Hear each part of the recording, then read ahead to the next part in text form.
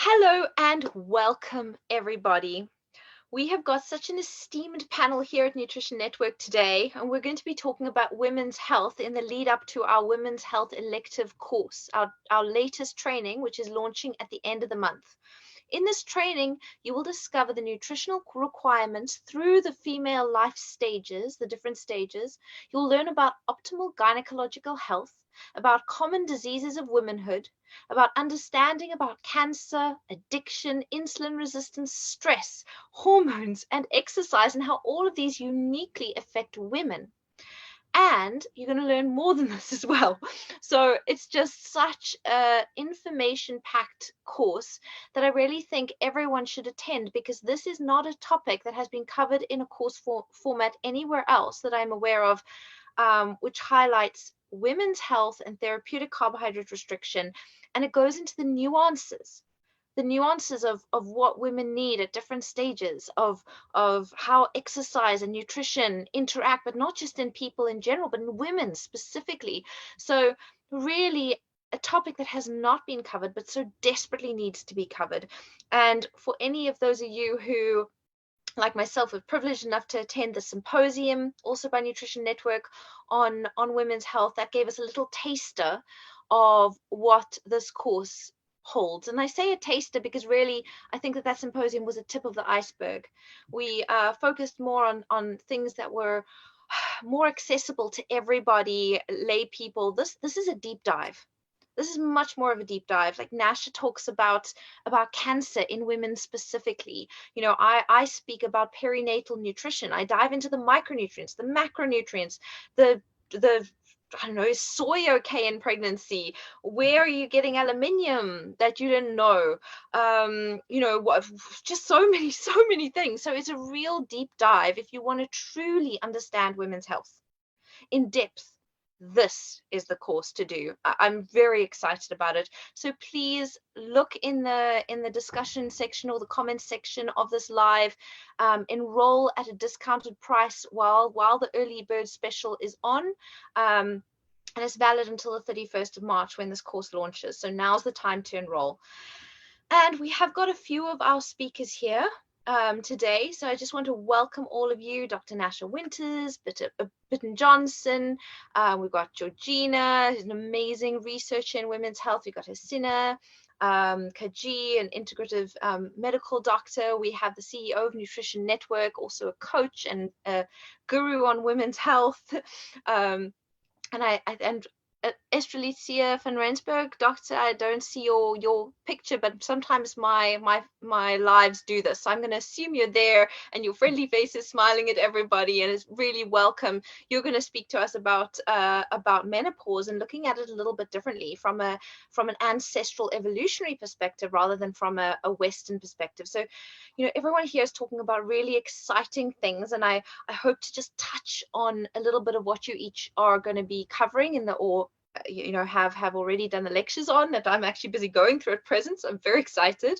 But that all of you out there can watch what are these experts lecturing on, what's a little bit of what might lie in store for you in this course. And then maybe I'm hoping that we can rack their brains briefly, because we haven't got much time. We've got an hour and we've got so many people with so much knowledge in this room. If we can just rack their brains about a few really pertinent points to do with women's health. So welcome. I think I did briefly introduce everyone, but as I direct questions to each of you, perhaps you could I will do a brief introduction. If you want to add anything to that, please do, and then also just mention, you know, a little bit about your course. So I think let's start with Jane. Jane, your talk, you tell us a very interesting thing about why women need a different treatment path to men, because this is all about women's health, right? Now, why are we even differentiating? This is the first thing that kind of came to my mind. Surely humans are humans. Why would women need a different treatment path to men when it comes to health in general? Can you start us off with that, please? Absolutely. It's such a great question, Tamsin. And I'm coming to this training and giving a lecture very much as a patient. So I'm sharing in my talk a lot of my experiences over the decades of having been insulin resistant since I was 21. And then the decades and the experiences of confusing advice from doctors, that feeling of not being heard, that feeling of being quite stuck in quite a masculine prescription diagnostic focused approach to healthcare, and how it, particularly for me as a person, I'm not speaking for all women, but the case that I make is that it applies to many, if not most women, how it didn't work for me, and how I had to actually go to utterly defy recommendations, utterly defy what I was told to do by my doctors, and find my own way at, like, at quite a lot of peril, as it's like. And so in my talk, I talk a lot about the history of women's health and the history of the way that the treatment of women began in medicine, because that's what's really interesting, is when we start to look back at how women's bodies, women's health, and women's illnesses were perceived at the beginning of medicine, and when this kind of science of medicine began, and how it's evolved since then. It alludes to the way that there's confusion, there's misdiagnosis, and there's incorrect treatments of women. So that's what's really important to me, and what I talk about mostly is that I don't believe that the current medical model suits women's needs, and particularly women's healthcare needs, and certain things have to be changed, things have to be looked at through. Female patients actually need different treatment paths in entirety to men. What I do is I go through some of the examples of why, and some suggestions as to why aspects like coaching, integrative medicine, functional medicine, mind-body medicine, and behavioral change support are absolutely integral to that. Jane, that sounds really fascinating. Just to give our speakers and our listeners and myself a better idea of what you really mean by, because you obviously are saying we need a completely different treatment path. I mean, that's what you're motivating for, and that's what the argument you build so well in your lecture. And you say you give examples. Can you give us, I don't know if you have one of those examples off the top of your head, but could you give us an example of where a treatment path will differ substantially for a male and female, and where a woman might suffer because of it, so that we can kind of get a real, concrete grasp of what you're talking about? Definitely. And I know Hasina actually also goes into much more of the medical perspective of this in her talk, but from the research that I've done and my own lived experience of this, is that the reality and the science that backs it up is that women tend to have different symptomatic presentation of chronic disease, and it can often start with things like chronic pain, and things that are diagnosed incorrectly. Also, statistically, we know that women aren't as likely to be treated correctly or given the correct medication early on for things that the early on symptoms like chronic pain and the different disease conditions that we see. We also know that women obviously have different risk factors. They view disease very differently, and their priorities are different. So just from the get-go, the conversation and approach that's taken with a woman needs to be different. It needs to be more integrative. It needs to be more inclusive. It needs to ask different kinds of questions. And that's from the very start of the process, there is a problem with the way that women are approached as patients, and that creates a sense of distrust, anxiety, and ultimately a choice not to go for medical care to a large extent. So, I mean, we know, for example, with heart attacks, it's one of the biggest bodies of evidence. Women don't actually go when they have symptoms of heart attacks. They prefer to do other things to actually kind of treat themselves, which is a life-threatening condition. And we have to start to look at why. And we have to start to understand why women are being treated this way, how they're feeling about it, and what needs to change. It's essential. I think Tamsin's frozen. Tamsin, are you there? She's not there. I can keep talking. I don't know if Jane has frozen for me. I'm not. There you there. Oh, there we go. Good. Oh, it was me who froze. I thought it was you who froze. Sorry. I only missed the very last bit that you had to say, Jane. But I wanted to say that I know that Georgina goes into this in her talk as well. Yes, thank you. Dear. I think I cannot hear Tamsin. Okay. Do you guys hear me? Yes. Just me. Yes. Oh, yeah. Okay. Can you hear me? Yes. Yes.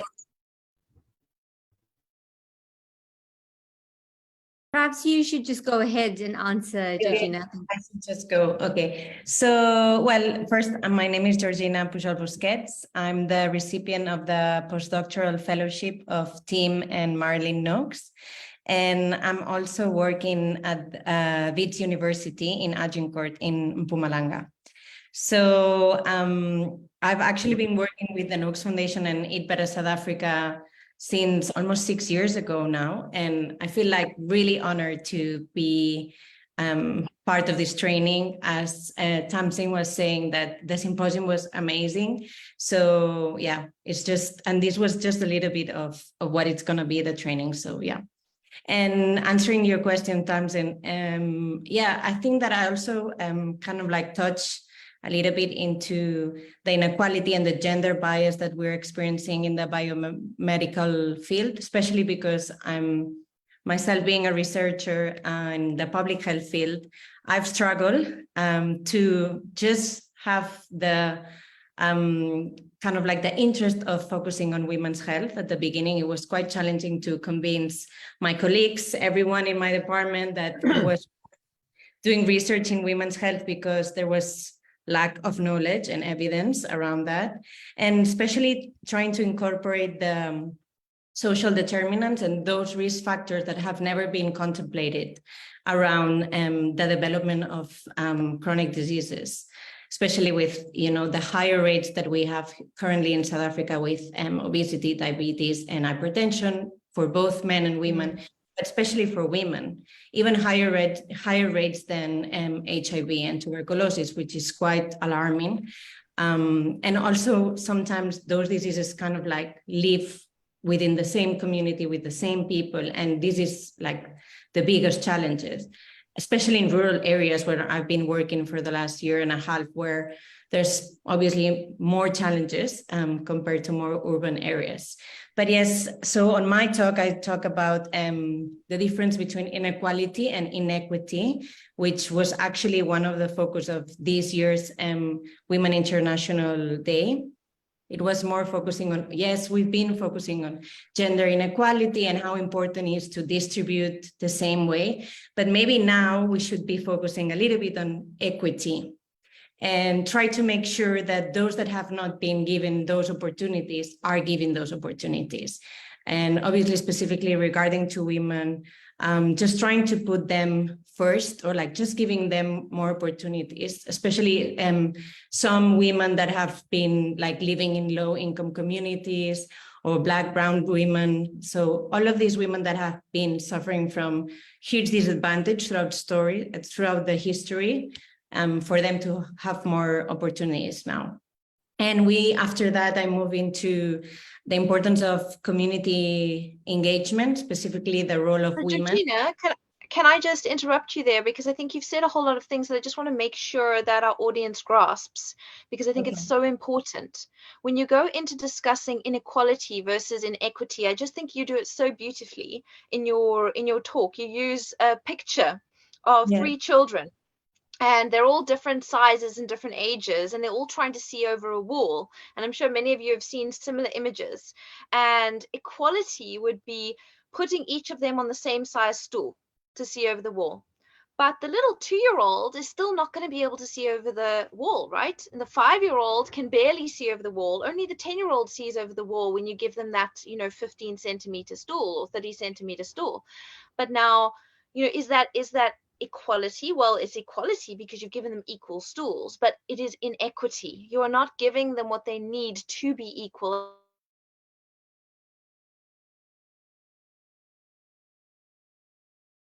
Sorry, I think I've lost. Inequity. Oh, you've lost me? Yes, a little bit, just the few last sentence. Okay, you said equity is the means and equality is the goal. Yes. So you use equity means like giving different size stools to those different children to create an equal view over the wall. And I think that that's really key. In your lecture, you explain it so well. And I just wanted our audience to realize that how that applies to women in healthcare is that basically if women have been disadvantaged, then that disadvantage needs to be catered for in order to create equality. And that's really what Georgina's speaking about, because she talks about what Jane just said, which was, heart attacks in women, and women having unequal treatment in healthcare because women have been historically not studied, which is something else that Georgina mentions. And one of the stats that you mentioned, Georgina, in your talk is that women are 50% more likely to be misdiagnosed following a heart attack than men, and 30% more likely to be misdiagnosed or missed following a stroke.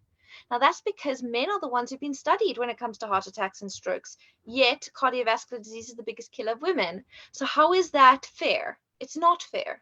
So equity is ensuring fairness. And so I just wanted to emphasize that, because I feel like those points in your presentation, Georgina, are really key. And I think they bring in exactly what Jane was trying to say as well. So I'm sorry for interrupting you. Move on to the second part of your lecture, which is about women in the community.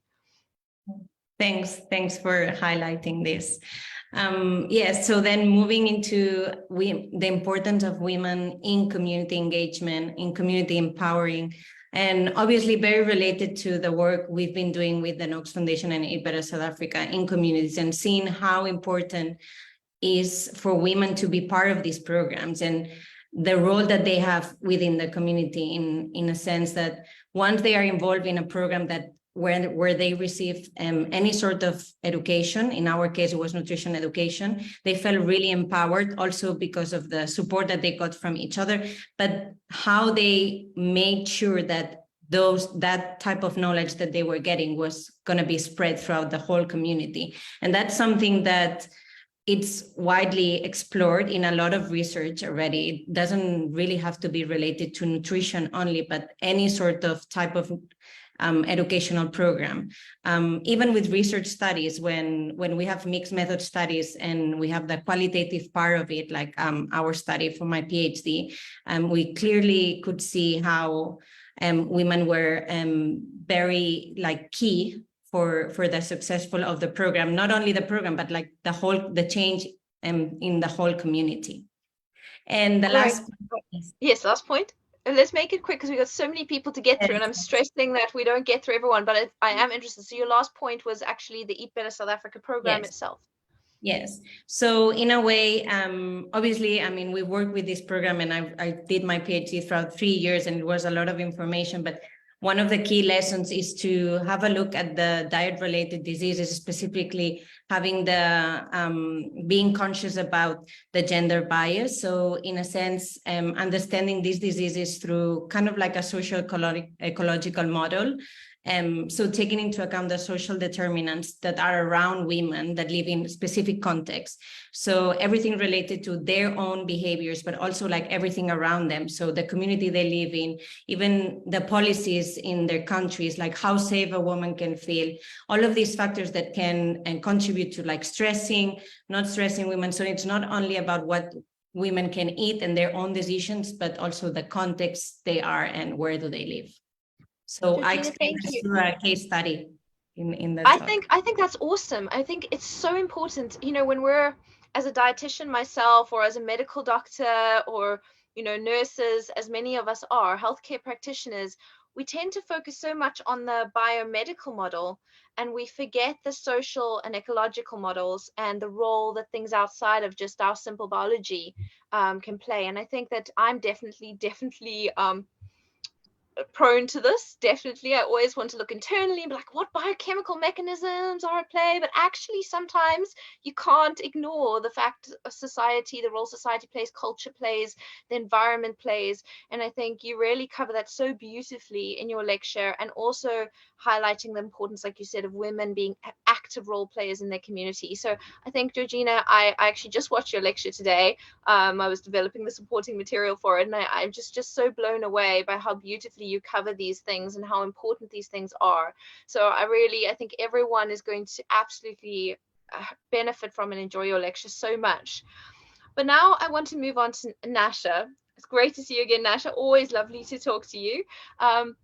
Nasha, we've just spoken about cardiovascular disease, which brought me onto thinking about cancer, right? Because this is another, actually, I think in Georgina's presentation, she shows this pie chart of the biggest killers of women, and cardiovascular diseases first and then cancer second.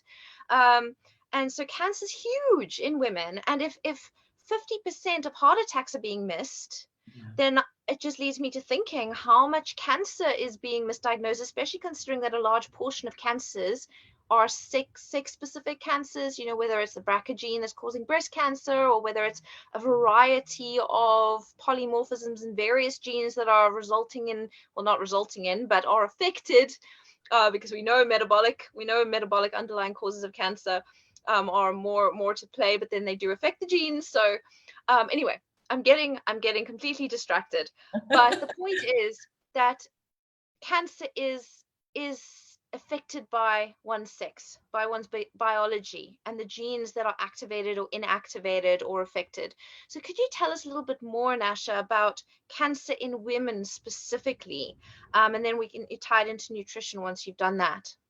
Sure. Well, first of all, it's a joy to be among all of you. And from what both Jane and Georgina said already, I so resonate with this because I was the person who was 19 years old and misdiagnosed and misdiagnosed and misdiagnosed and misdiagnosed until it was too late. And at that time, by the time they figured out what was really going on, it was stage 4 ovarian cancer. So this topic is very near and dear to me because I spent the 10 years prior to that diagnosis also dealing with all of the issues that affect women. So GI issues, hormonal issues, everything. And that's when I started to really get curious about exactly, like, there is no research on women. We're not little men, you know, we have very different patterns and different reasons of why. And so when we talk about women and cancer, first of all, 1 in 2 men and 1 in 2.4 men, 1 in 2.4 women will have cancer in their lifetime globally. Okay. The cancer statistics per the World Health Organization are expected to double worldwide. So basically at this point, it's a 50-50 chance you're going to have cancer in your lifetime. So again, this presents differently. Now, I believe that every single person has a different reason for their cancer, be it male or female, but there's a predominant driver in the realm with female, you know, hormones. And this is why I love this topic. It's very near and dear to me. And so one of the things that really differentiates us is that of course leads to metabolic health. You're going to find that when I talk about hormones, it's probably not in the way you're thinking. Most people think about hormones and women just about estrogen, testosterone, progesterone, DHEA, but I'm going to talk about the other 3 that really are the drivers that lead us to having hormonal disruption, hormonal disease processes. And we've been barking up the wrong tree, in my opinion, for far too long and trying to go after and medicate people with more estrogen or more DHEA or more testosterone, when in fact we need to go after the mighty 3, which I don't want to give away what those are. You'll have to listen to them at the end of the month. But this is the piece where I will give one clue that the way we relate, the way we are dealing with in the communal model, in the equity model, very much plays a role in this. And so stress cannot be underscored enough of how this plays. And when I look back at my old history, my family of origin, my community, where I came from, I believe that was one of the biggest drivers that just sort of turned up the volume on all of the mismanagement of my signals in my body, and left me mitochondrially and metabolically vulnerable, which then led to DNA vulnerability. And so those are the pieces that I want people to know, that what we're going to talk about together are just sort of current statistics of women's reproductive cancers as understood by our standard of care model. We're going to talk about the concept that might also take you on a different route of terrain versus just the tumor, and how to test, assess, and address for that, so that, you know, there are tumor experts out there, but there needs to be on your board of advisors terrain experts as well, in my opinion. And then we're going to get down into definition of what is integrative oncology, what is metabolic health in general, and how does it relate to oncology, and what is the emerging field known as metabolic oncology, right? So we're going to talk about that. We're going to prioritize and discuss these 3 S's, which are the real areas where we probably should be shining the light on and learning about. And then we're going to talk about strategies for creating the lifestyle, the metabolic flexibility required to both prevent, treat, and prevent recurrence and progression of a cancering process very specific to the female organism. So I'm looking forward to it and grateful for this tribe who fills in all the gaps, which is beautiful. Wow, Nasha, that is going to be, I've already got goosebumps about that. I always love learning from you. And and I love how you've just kept us on the edge of our seats, because now we all want to know what those hormonal drivers are, right? I mean, if they're not the sex hormones that we all thought they were, then what are they? And you've tied into stress. So I'm thinking, I don't know, maybe stress hormones, and you've tied us in a little bit with metabolism and metabolic health. I'm thinking, is insulin in there maybe? But I don't know, because I actually haven't watched your lecture yet, so I'm very excited to watch it. And I'm really excited to learn all of these things from you. And I love also how you tie in, you're not just fully focused on nutrition. Again, I always in my family of siblings, I have a brother and a sister, and my sister's an occupational therapist, and she sees everything through a behavioral model. Those are her glasses. My brother's a pharmacist. He sees everything can be medicated. And I'm a dietitian, so I think everything can be solved with diet, But at the end of the day, I think as we grow and as we learn, we realize it's not so myopic, and actually we have to take into account these other factors, as Jane mentions, as Georgina mentioned, as you always mention, Nasha. Stress and toxins and your environment growing up. All these things can really play such a big role, combined with your individual propensities. So I think it's really going to be interesting to learn from you. Now, with regards to stress, this always fascinates me, because I feel like I don't know that much about it, because my focus has always been on diet, being a dietitian and all. But you're mentioning it, and you're world-renowned naturopathic doctor, Nasha, and then I know that Hasina, who's an exceptional integrative physician, is also talking about stress, in her lecture. And I know, Nasha, you just mentioned that your stress plays a big role, but then you tied it into metabolism and mitochondria. And so I wanted to kind of just probe Hasina now, or Dr. Kaji, a little bit about how could stress be linked to cancer, and how is that affecting metabolism? Because it seems like they're disparate things. Could you just touch on that very briefly, and also tell us just an overview of what your lecture's about, Dr. Kaji? Thanks so much, Tamsin. And, I'm sitting here also riveted by what everybody's saying, because, the woman is the center of the home, and that's just the way it is. And for me personally, it's always looking at root cause. And you like you said, Tamsin, you can't just isolate it, because you, as a practitioner, and I've gone through this, you get the person on the perfect nutritional path and they're doing everything well, they're exercising perfectly, but something's not coming together. And where's that sweet spot? So that's always been the driver for me. So my talk, actually, it's preventative. We're all looking at this at women's health. A woman is somebody who has come of age, who has had those fluxes in hormones and is at a particular stage. But the female gender, the person who's going to become a woman, it starts way before that. It starts from your grandmother's days, and when she was pregnant with your mother, and you were you were the little egg that became you.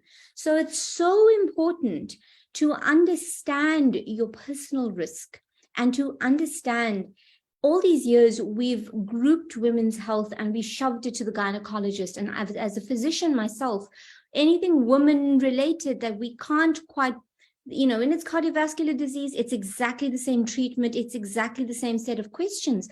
That is how we are trained. And it's come to the fore that so many of these metabolic diseases, cardiovascular diseases, cancers, are linked to a root cause, and it's not just insulin resistance. It has to do with your chromosomal makeup. It has to do with epigenetics. It has to do with everything that influences your genes, and what can switch those genes on and off from way before you were born. So my talk goes through the at-risk periods in a female's and a little bit in the male life cycle, just to sort of juxtapose the two. And it looks at those key times in the life cycle where things happen that switch switches on those metabolic pathways that put you at risk of either metabolic diseases like hypertension, diabetes, obesity, cardiovascular diseases, or cancer, or other neurological diseases. And if they haven't switched on yet, what periods in your life cycle do you have to be more aware of taking care of yourself to prevent them from switching on? So, you know, you asked about the link between stress and these metabolic diseases, and it's at the epigenetic level. It's at so many levels. It's at the inflammation level and the impact that it has on your pro-inflammatory factors and your immune system. So it all works together. It's almost a root cause in itself. So I want to give everybody else a chance to speak, but it's just to highlight that we need to be taking much better care of ourselves, of our daughters, of our, just from, you know, you don't just start looking after your skin like we do these days as you approach your 30s and 40s.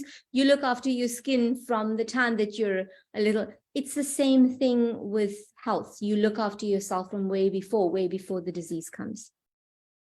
Thank you, Hasina. I think that's really, really important. And, you know, I've having done the perinatal lecture, I think it just brings home exactly what you're saying, that fetal programming happens through so many aspects, whether that is stress, whether that is certain intakes of certain foods that you shouldn't be having, mainly processed foods or contaminants. There's these critical periods, and fetal programming or epigenetic changes can not only, interestingly, affect the baby, but like Hasina said, they can affect the future generations of that baby.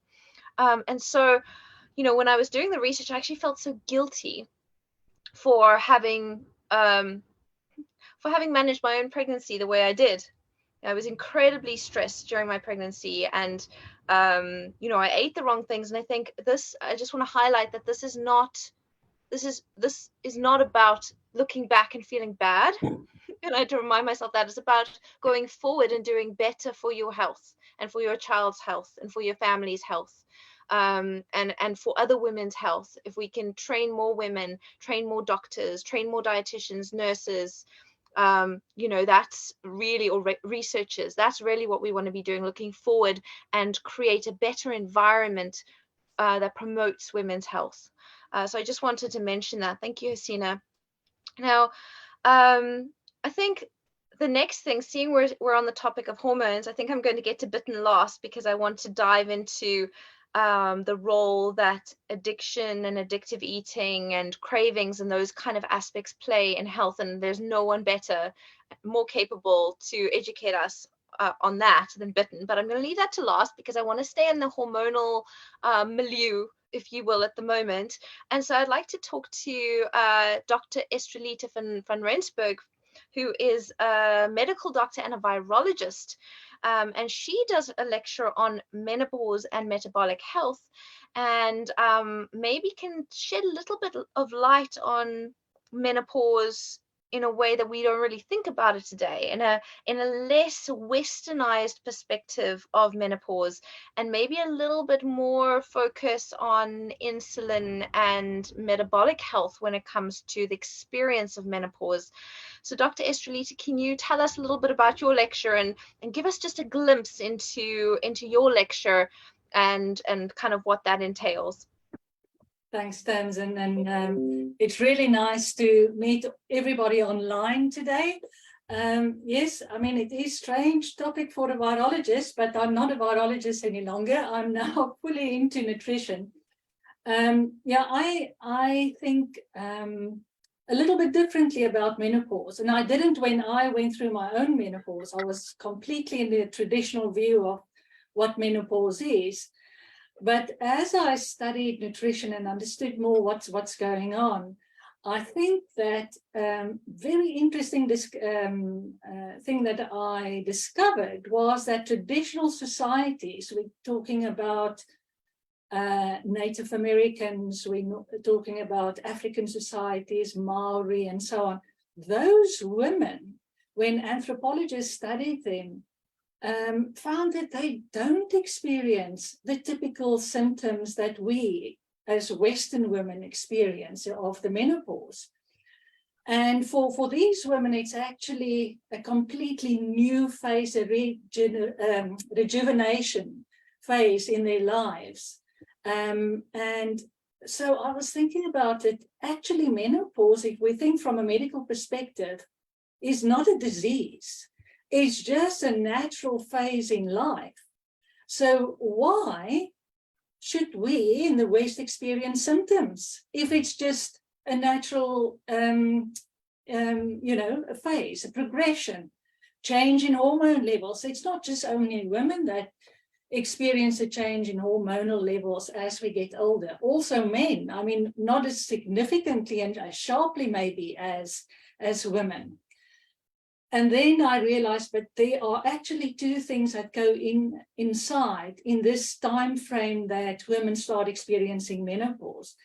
And that's very typically when people start experiencing the symptoms of insulin resistance and the secondary lifestyle diseases start presenting. So the question is, and this may be a provocative question, are we actually experiencing menopausal symptoms, or are we actually experiencing insulin resistance symptoms? Because the other interesting fact is that it's not only women that start experiencing weight gain, depression, mood swings, all these things, when they hit their 40s, mid-40s, maybe 50s. Men do as well. So what do they go through? Man-pause, or what shall we call it? Andropause. So basically, I think that, and looking at the physiology of the situation, the two systems, our reproductive system and our metabolic systems, cannot be divorced from each other. They are so interlinked. And of the two, the question is, which one is dominant? The dominant one is not the reproductive health, it's the metabolic health. So the predominant hormones, the hormones like our sex hormones, and several of you have mentioned that already, are actually subservient to another hormone, and that's our metabolic hormone, and that is insulin. Insulin is kind of like the big boss, like the conductor of the orchestra. So if insulin is abnormal, it's going to negatively impact our reproductive functions, whether it's our fertility functions in younger people or in menopause as well. And so the question for me personally, from a medical perspective, is that we know that insulin resistance is almost never diagnosed in the GP practice, unless you practice in the low-carb field. And doctors don't know how to diagnose insulin resistance. So we need to actually make people aware of this condition and how to diagnose it. Now, don't go into that part in my talk. But what I do go into is also looking at cellular energy production. And Nasha, I think you mentioned mitochondria and so on. So what can we do when we hit that stage when we are insulin resistant? And what can we do? Because it's not a situation, high insulin levels is not something that you can treat with drugs. It's not possible. The only way that you can treat that is by changing what you eat. So I go a little bit into that, and also look at the cellular level and why we get all these secondary diseases and what goes wrong at the cellular level. Now, we're lucky because there are things that we can do without medication to help us get out of that very difficult situation. And that's what I'm going to Well, that's so exciting, because I think you're giving us a completely different view on menopause, something that every woman is going to go through. It's inevitable, like death. None of us can really escape it. But yet our experience can be so different. And that depends on our choices. As Asina said, we can start looking after ourselves very young. We don't have to only start later, but later is better than never, So I think that you cover such interesting topics, and I'm really looking forward to looking into a bit more depth at the cellular mechanisms, at the pathways, at the what's actually happening from an chronological point of view, because I think that's so fascinating. And how can that affect our experience of menopause, so that it becomes more normal, like you would see in traditional societies, rather than this medicalized, diseased condition almost, rather than a normal phase of life. And I think it's so great also that you're going to give us such concrete take-home messages and take-home plans, kind of what can we do with our patients, or if we are, what can we do in order to go into menopause gracefully and healthily and optimally, to enjoy that stage of life. And as you said, many traditional women, I know when I was talking to you on a video call a week or so ago, you mentioned that actually these women look forward to the stage of life because they become looked up to. They are wise. People turn to them. And instead, my great grandmother who's turning 100, I'm sorry, my grandmother who's turning 100 a week and a half from now. Wow. My mom would take out for coffee, and she would say, I don't like how the waitresses always talk to you. No one wants to talk to me now that I'm old, and I think, this is a problem with Western society. We don't look up to we don't see older people as a repository for knowledge and wisdom, which is really what they are. And we don't give them the respect that they deserve. And at the same time, instead of normalizing a stage of life and a process that should be a special stage of life, as every stage of life is, it's now a stage of life that has become a sick stage of life. And I think that's the sadness. And I really appreciate, well, I definitely appreciate, and I'm sure the rest of our audience and our speakers appreciate, that you are putting it in context and making it, actually empowering us, like Georgina explains in her lecture, the importance of empowering women. You're empowering us to take back our health and to extend our healthy life and our empowered life into older age. There's no need to give that up prematurely. So I'm very excited about your lecture. I'm excited to learn about the biochem, the cellular mechanisms, and everything around it, and to see menopause from a different standpoint, rather than a reproductive hormone only standpoint, to actually see it in a metabolic light rather. So thank you so much. And I think everyone is definitely going to want to watch that lecture and learn from you, Dr. Estrelice van Rensburg. Thank you. Thank you. Last but not least, Bitten Johnson, we always love talking to you about something that has now become a buzzword, a buzz topic at long last. Thank goodness. You've been working very hard to make that so for what, over 2, almost 3 decades, I think, that addictive eating and processed food addiction, sugar addiction, foods that, that hack your brain, really. The impact that's going to have, that's going to affect every single thing that each of us have just spoken about. I mean, if our brains are being hijacked by sugar and processed food, it's going to affect our stress levels, right? We're going to become more stressed because our blood glucose is up and down. We're on a roller coaster. It's also going to affect our stress levels because the guilt and the, mental games that happen in your head when you're living in that sort of environment. Then, from a cancer perspective, it's going to be, if you're eating all the sugar and you can't stop, not because you're a bad person, but just because you can't stop, there's the Warburg effect happening right there, feeding your cancer cells, promoting cancer, and that feeds us into Nasha Winters' lecture. And then if insulin really is such a huge role player in the medicalization and the sickization, what's that? I don't know, unwellization of of menopause, then there it is again. It's coming up again and again and again. And I know in my lecture about peripartum nutrition, when I'm talking about cravings and aversions, most of the cravings, there's a medical reason for them. You crave more protein because you need more protein. You crave more salt because your salt requirements go up. But then you also crave more sugar and processed foods. not because you need them, but because your brain is hijacked. You're coming into pregnancy in a state of food addiction, well, not food addiction, sugar and processed food addiction.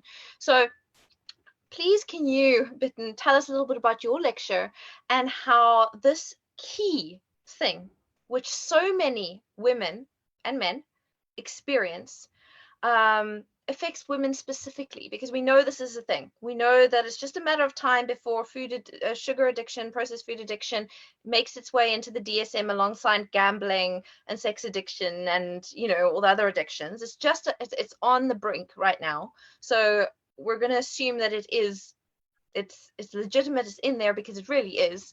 The big book just has to catch up. How does this apply to women specifically? Where does this fit into a women's health module? Could you contextualize that for us and tell us a bit about your lecture? Okay, I'll do that. Thank you. I'm absolutely blown away with everything I've heard. And I thought, I need somebody to do my training so I can be a more student in everything you do. I want to sit and gobble up this, but I'm teaching too much myself. What I wanted to say as a headline to everything we've talked about here, all the different topic, is that whatever your client is affected by, menopause or, cancer or, a lifestyle that is very destructive, if addiction is underlying, no matter what you do, you're not gonna, it's like going one step forward, two backwards if you don't address the addiction and help a client with the loss of control. So, and that's why it has to be a core issue. Something, it's a primary acquired illness, and that's what I want to lift up, because so many women think that they have just a sweet tooth and that they have a moral problem, and are looked up on as they have a moral problem. And I can meet a man with a huge beer belly, as he calls it, which we all know what that is in the metabolic field. But he is laughing at the overweight woman that eat cookies because he thinks he doesn't like cookies. So there's so much, crazy thoughts about this all over the place. So that's one of the things. And I remember, my wake-up call before I was trained by a naturopathic doctor. Then I love orthomolecular medicine and integrative medicine. But, it was when I heard that medicine for cardiac vascular disease for women were tested on young, military, healthy men. Just blew my mind. I mean, how can you give a woman that? And then I encountered the biochemical individuality concept, which I think is so extremely important when we treat somebody, to listen to that person. And also, everybody that has an addiction have many similar symptoms, but you can't squeeze everybody through the same treatment, protocol. You have to listen to the biochemistry, and what works in one person might not work in the other one, nothing, or it could work on the negative, adverse way.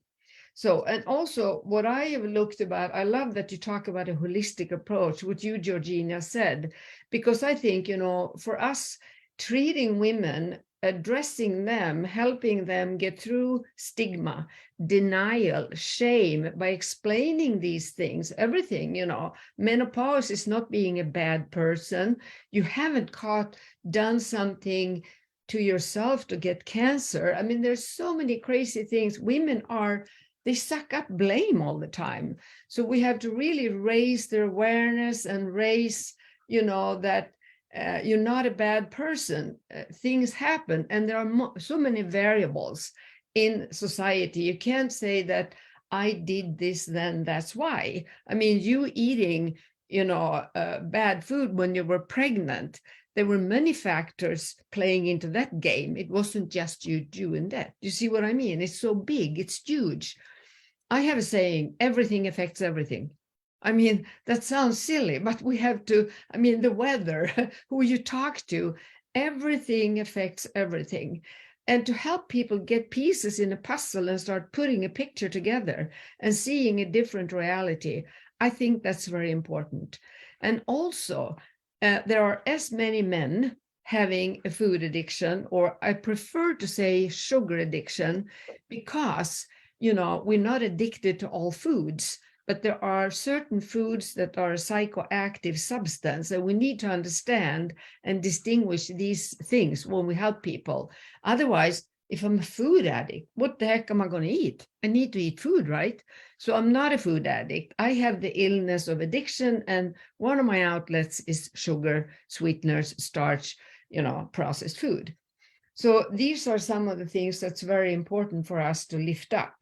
And then when we educate women, they are always, due to our nature as women, wanting to help somebody else. So we want to spread it. We take it out there and give it to others. And another thing you have to think about helping women understand addiction and free them from denial, stigma, and shame is that they are usually the ones doing the cooking, the shopping. You know, they are usually providing food for their family, even if that's starting to change, at least in Sweden. Men cook too here in Sweden now. And I don't know so much about the other countries, but at least they do. But so that's a very important thing. And they have been so guilt-ridden, you know, giving their family bad. And now we can help them to see how they can slowly improve, you know, by also going to the next generation and the next generation. And I got taught once that, you know, what an illness is inherited in the genes and then affected by epigenetics, of course, but in 4 to 5 generations. So we can give them a very long perspective and give them all these pieces. So we have to work with these things. And I call to see somebody that I give the diagnosis addiction, you would think that that would be horrible, right? But to me, that is so beautiful, because I'm going to give that person a freedom they never, ever had. Somebody dare speak the truth and say, taking the blame away. You have developed an addiction, and then talk about what it is. Draw the brain, show pictures about the brain, neurotransmitters upregulating, showing exactly how the brain has become hampered due to the drug, not something bad they did to themselves. We started eating sugar because we didn't know. I mean, it was like, you know, how did we know it was so poisonous? So to see them start connecting the dots, and I'd love to talk about, you know, putting the horse in front of the wagon, connecting the dots between all these disciplines, you know, and work together and have a holistic view. That's what I love, working with addiction medicine. So I'm an addiction nerd, you know, I just can't help it. Well, Bitten, that's what we love about you, and that's why we always come to you to find out all about everything to do with addiction. And so Thank you. I know your lectures are always absolutely amazing, and again, everyone here gives really practical tools and tips on how to overcome these really important things, how to understand things, whatever the topic is, whether it's addiction or cancer or menopause or chronic stress or the problems within on a societal, cultural level of whatever it is. You all give such wonderful in-depth understanding to us as viewers, and explain it, build a case, and then you don't just leave us hanging. You give us really practical tips of what can we do and what can we do for our patients or our clients to improve their health and to empower them regarding taking back their health as women. So really, you have all been absolutely wonderful, and I am very excited to watch all of your lectures, and I know that our viewers all are as well. I'm going to wrap up because we're already 5 minutes before it ends, with a question to each of you. Please, can you think about delivering it in 1 or 2 sentences? I'm going to give you time because I'm going to just squiz through, you know, some of the other lecturers that are in this course and their topics while you think. So I'll give you a little bit of time to think while I go through what else is in the course. And then if you could please answer what you feel the most important thing is that we need to tackle when looking at women's health. And this was a question brought up by Jane. Thank you. Wonderful question. What is the most, okay, that's really hard because I know that there's not just one thing, but if you could highlight what you think the most important thing is to you to look at when tackling women's health. Really, really hard. 1 or 2 sentences. Start thinking about it now while I just run through what is in the rest of the lectures. Oh, now I've lost my tab with that. I will get there. We'll get there. Oh no. Sorry. Okay, maybe Jane can start on answering this question while I find my tab with all the other lectures, because I know we've got a really good lineup, but there's very specific lectures and I seem to have lost it now. I've had a lead time because I suggested the question. So my answer to that comes from the body of work that I really supports me and has supported my health so much. And that is that we have to address trauma and stress as the absolute driver of chronic disease, particularly in women. And that's like the first thing to start looking at in a focused way. Wow. Okay. So trauma and stress, and interestingly, I actually wanted to ask you a question about trauma going into this, but we have run out of time. But at least it's another cliffhanger for our viewers. Jane speaks about trauma as being a really important thing to look at within women's health, and I, for one, have not actually watched her lecture yet. So I'm very excited to find out why trauma is such a big thing in women specifically, and how that can impact on health. And obviously stress has come up again and again and again, so I think it mustn't be underestimated. And I think women are under very unique stresses. All humans get stressed, obviously, but I think women, you know, we've got particular stresses and maybe more pronounced stresses, which we'll also cover in this course. So I think while we're on this, let's just carry on, and I'll wrap up with a summary of the course as we go. Who's ready with their next one? Nasha, yes. Let's knock it out. I always talk about the CDC, which is community, diet, and circadian rhythm. So a very different form of the Center of Disease Control. And it's so much about us restoring the disconnect and the dysrhythmia of our lives on the planet in modern times today. So that ties in all the things that everyone said. CDC, I always love, what are those acronyms? I always love how you kind of give us take home things where it's, you know, it's really great because it sticks in our brains. Thank you so much, Nasha. Estrelita. Short one from me. Think about what you eat. It can change your life. Great. That's, what you eat. Again, as a dietitian, I fully support that one. Georgina. Maybe a little bit related to what Estrelita just said, but to focus on prevention, and probably not only on women's health, but, you know, maybe linked to what Hasina was saying as well. If we look at the next generations and like, what can we do to prevent them to go through things that we are going through? But yeah, in general, focus on prevention. Prevention. That's really important, because once you're sick, yes, there's stuff you can do about it, but it's so much easier and more effective if you can get at it early before everything goes awry. Definitely. Thank you, Georgina. Hasina.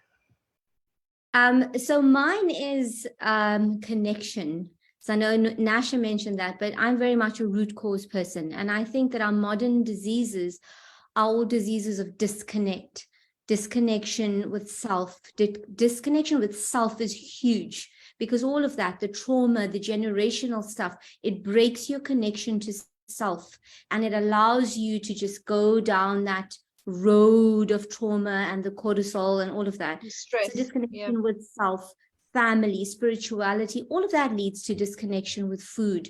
Because if you're connected with yourself, the journey of coming back to connection, which I can see everyone on this panel has a journey of connection and is connected to self. When you connect with self, you eat something and wow, that really didn't make me feel great.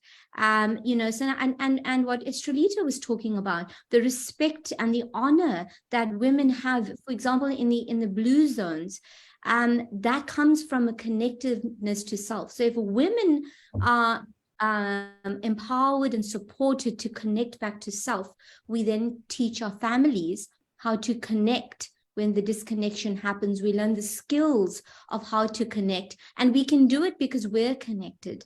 You know, it's like the tree with the roots. You can sway, but you're not going to topple over. Yes, thank you, Hasina. I think that is key. Connection is definitely key. Bitten. Addiction disconnect. So yes, I love the speech you gave, Hasina. I would say knowledge gives hope. Hope gives willingness, and willingness gives action. Willingness is not sitting on your sofa and I'm willing to do something. Willingness can be measured when we work with our clients. Do they do what we tell them? If they do, they are willing. So that's willingness. And I think we can, that's the way we can, support them in, yes, you did, you tried. Well, maybe it didn't work. Let's try something different. So to empower in that way with knowledge, hope, and willingness. Definitely, and willingness exhibited through action. Yes, I think that's right. really key, because talk is one thing. Yeah, Many right. people have the Yep, gift of the sure. gab, but Yeah. know real willingness if they follow through with action. Yeah. Did you do yes, it? they might Did you fail, do but it? No, I thought about it. Did you do it? Exactly. We can That's what empower in matters. that way. Do it. That's what matters. So I think what we've captured here really is stress, connection with self, connection with others, diets, CDCs, there's sleep, there's so many things here, and obviously addressing addiction, but I think they're all key, and it shows kind of the lifestyle related combination that is really required, and it's all about looking after oneself and empowering oneself. So I just want to thank you all very much. I will thank you again once I quickly run through the speakers that we did not have here, but we have got gynecologist Dr. Andrea Salcido, who is going to be doing 3 lectures for this course.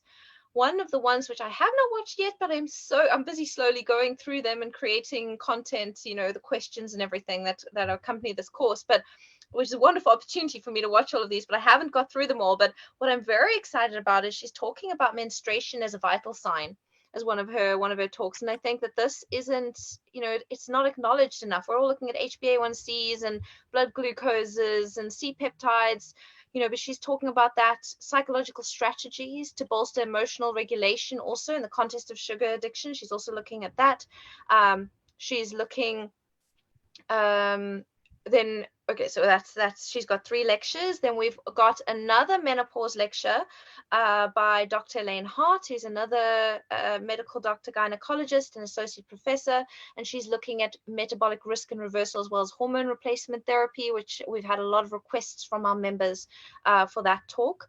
We've also got a dietitian who's also an associate professor who works in Dr. Volek's department in Ohio State University. She's amazing, Dr. Catherine Sens, and she is talking with her colleague, forgotten her name, apologies, on optimal exercise through the different life stages for women. Really fascinating talk. What does exercise look like in adolescence? What does it look like in childbearing years? What does it look like in menopause, aging women, and what is the associated nutrition?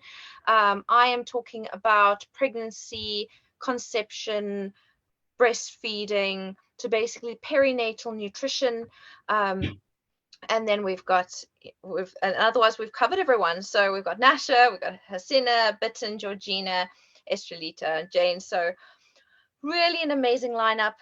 Wonderful to have these esteemed lecturers here talking a little bit about their topics. There is so much more to learn. Please sign up, get your early bird special if you buy before the course launch on the 31st of March. Absolutely amazing. I know that I am very excited to learn from everybody, and I'm sure all of our listeners are. Thank you so much for joining us and hearing a bit about this, and we hope to see you in the course. Goodbye, everybody. Thank you. Thank you. Bye-bye.